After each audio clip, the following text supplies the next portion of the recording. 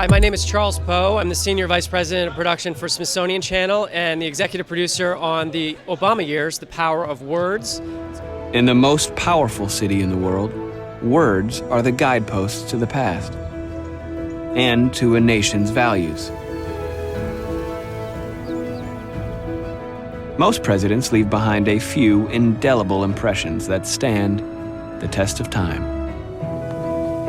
Barack Obama, our nation's 44th president, was a best-selling author before he ever set foot in the Oval Office. There are only a few presidents that I would consider writers. Thomas Jefferson wrote. Theodore Roosevelt wrote. Barack Obama wrote. So what words will define him? 6 speeches might shape his legacy.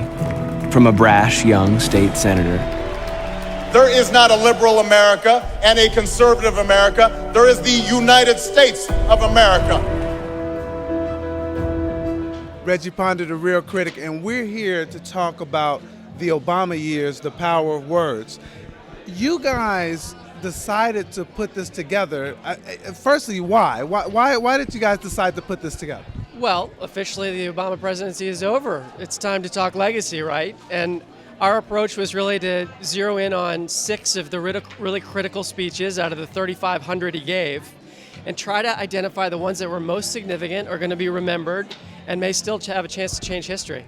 When I watched this, what was really interesting is that you really took us through some emotions there, and from a smart perspective, you put that humor in there because a lot of the moments were really some tough moments. Yeah, I was just asked about that, and obviously we weren't saying the White House Correspondents' Dinner is a significant speech, but we really felt, one, that it was important to showcase how important humor is for presidents, and Obama was a master at it, and 2, one of the other themes of the Obama years is how many eulogies he had to give, because there were so many mass shootings.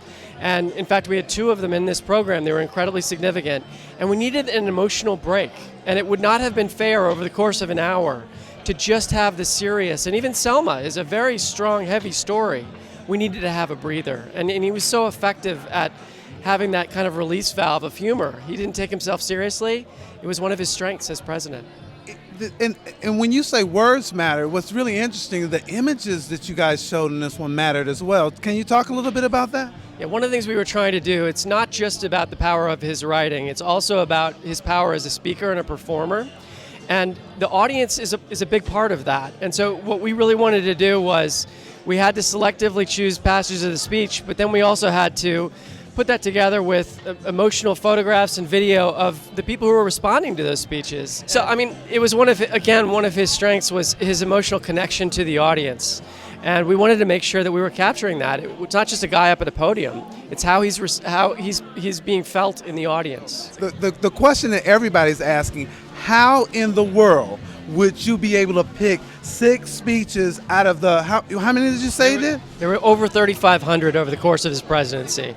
We did have the expertise of historians like Doris Kearns Goodwin and Douglas Brinkley and our own National Museum of American History, and they consulted with us on which are the ones that really were the pivot points in his presidency, which are the ones who, as Cody Keenan, the speechwriter, said, 10 years from now, school kids are going to learn, and we focused on those. the page has turned on the presidency of Barack Obama. What will history remember? This is the story of a writer-in-chief and his defining moments. It's going to air on Smithsonian Channel at 8 p.m. on February 27th, so please check it out.